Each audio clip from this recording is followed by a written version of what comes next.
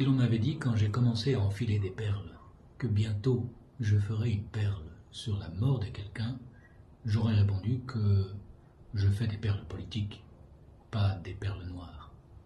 Et pourtant, la perle d'aujourd'hui est due à la mort de quelqu'un dont la vie a été si noire, dont les décisions ont été si lourdes de conséquences que seule sa mort pouvait encore, peut-être, rejaillir sous la forme d'une perle.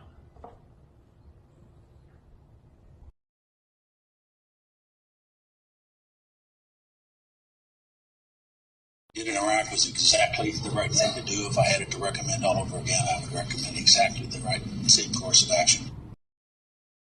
We also have to work though sort of the dark side, if you will. We got to spend time in the shadows in the intelligence world. Comment devrions-nous nous souvenir de Dick Cheney, mort ce lundi à l'âge de 84 ans? Comme le jeune membre de l'administration Nixon, devenu ensuite le plus jeune chef de cabinet sous Gerald Ford, ou comme celui qui abandonna ses études et qui représenterait au Congrès son État, le Wyoming, pendant des décennies, ou alors comme le secrétaire à la défense de Bush père et un des grands architectes de la guerre du Golfe pour libérer le Koweït en 1991, ou encore celui qui, en tant que vice-président de Bush Jr., invoquera l'existence d'armes de destruction massive dans le but de faire la guerre à l'Irak, guerre pour laquelle, entre parenthèses, nous continuons à payer. Grande éminence grise à Washington, qui a conseillé et orienté des générations de républicains, ou cet homme qui, dans le privé, disait de Trump qu'il n'avait pas ce qu'il faut pour être président, avant de voter au présidentiel pour son adversaire démocrate, Kamala Harris. Ou peut-être garderons-nous l'image singulière du vice-président le plus puissant de l'ère contemporaine, qui n'a jamais aspiré à être plus que vice-président. Pour en parler, j'ai avec moi John Nichols, éditeur en chef de La Nation et auteur de L'Ascension de Dick Cheney, et David Frum, journaliste au South Atlantic et qui écrivait les discours économiques de George W. Bush. Vous avez des vues assez différentes sur la question, je suppose. David, commençons par vous. Comment se souviendra-t-on de lui? J'ai écrit dans mon article d'aujourd'hui qu'il faut d'abord comprendre que Dick Cheney a été le même homme du début jusqu'à la fin. Certains téléspectateurs peuvent aimer le Dick Cheney de 2024, mais pas le Dick Cheney de 2004 ou le Dick Cheney de 74. Mais c'était la même personne. Il a eu une ascension fulgurante, le jeune chef de cabinet, vous l'avez rappelé, grâce au Watergate, qui a fait place nette et écarté tant de politiciens qui étaient plus expérimentés que lui. Il sort de cette expérience avec une croyance forte en la force des États-Unis, le libre-échange, le commerce mondial et les alliances. Et c'est ce qu'il va représenter en tant que vice-président, et c'est ce qui explique qu'il s'oppose à Trump en 2024. John, quelle est votre vision de Dick Cheney? Un homme tout d'un bloc du début jusqu'à la fin? Oui, je pense bien. C'est une bonne analyse de l'homme. Mais je pense qu'il y a une question plus profonde. À savoir, était-il l'homme qu'il fallait? L'homme que l'on voulait pour le poste qu'il occupait, en particulier au début des années 2000, à l'époque où il était clairement le vice-président le plus puissant de toute l'histoire des États-Unis. En raison de ses idées néoconservatrices, il était aussi décidé à orienter la politique extérieure des États-Unis d'une certaine manière.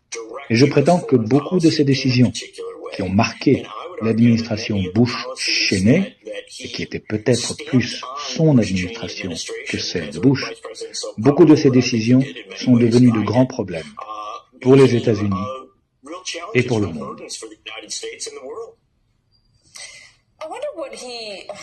Je me demande comment il peut être vu ou jugé par le Parti républicain d'aujourd'hui. On comprend aisément que les démocrates ne l'aimaient pas, surtout après l'invasion de l'Irak et les conséquences de celle-ci. Mais il y a aussi une opposition républicaine à Dick Cheney. J'ai été étonné en 2016-2015 d'entendre Donald Trump reprocher vertement à George Bush et à Dick Cheney l'invasion de l'Irak devant des militaires. Il le reprochait d'avoir menti à propos des armes de destruction massive, qui n'existaient pas, qui étaient un mensonge. J'ai aussi été étonné par les applaudissements des 10 militaires. Croyez-vous que Dick Cheney a encore autant parti lié avec le Parti républicain d'aujourd'hui qu'avec le Parti républicain d'avant 2016?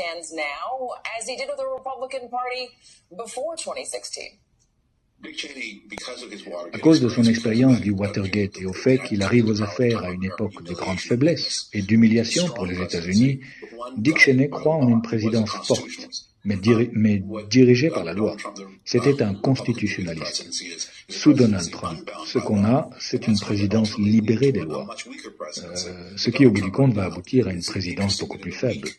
Donald Trump en ce moment. C'est intéressant de voir que dans la même semaine que Dick Cheney, ce vice-président si fort, décède, Donald Trump va aller devant la Cour suprême des États-Unis pour défendre l'idée selon laquelle le président des États-Unis devrait avoir le droit de déclarer l'état d'urgence pour quelque raison que ce soit, et sans que personne n'ait à vérifier si cet état d'urgence est justifié ou pas, de pouvoir imposer des tarifs, c'est-à-dire des taxes, sans l'approbation du Congrès et de dépenser les revenus générés par ces taxes comme il l'entend, de le distribuer aux agriculteurs par exemple, ou de bloquer cet argent toujours sans que le Congrès n'y puisse rien trouver à redire. Autrement dit, il voudrait supprimer l'article 1er de la Constitution. Dick Cheney symbolise une autre approche présidentielle, forte mais respectueuse de la loi.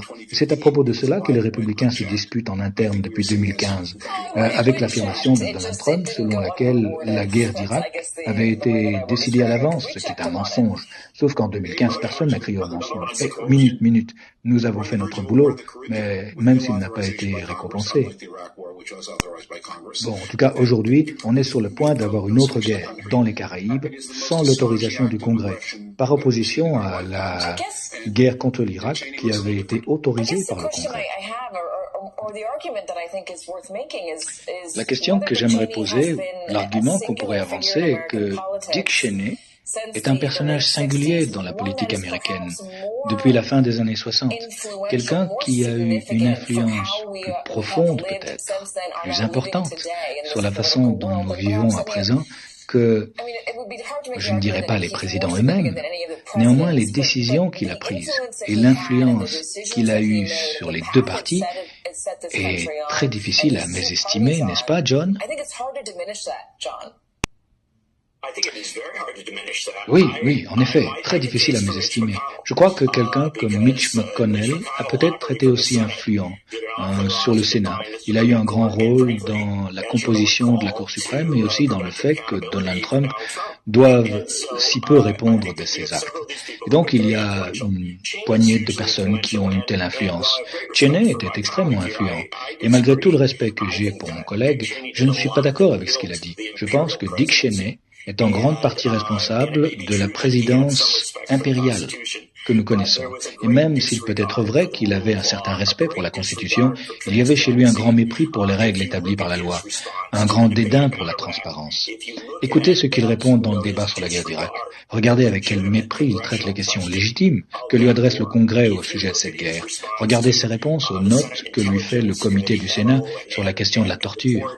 Vous vous rendez compte alors que Dick Cheney a jeté les bases de la présidence de type impérialiste à laquelle nous sommes confrontés aujourd'hui.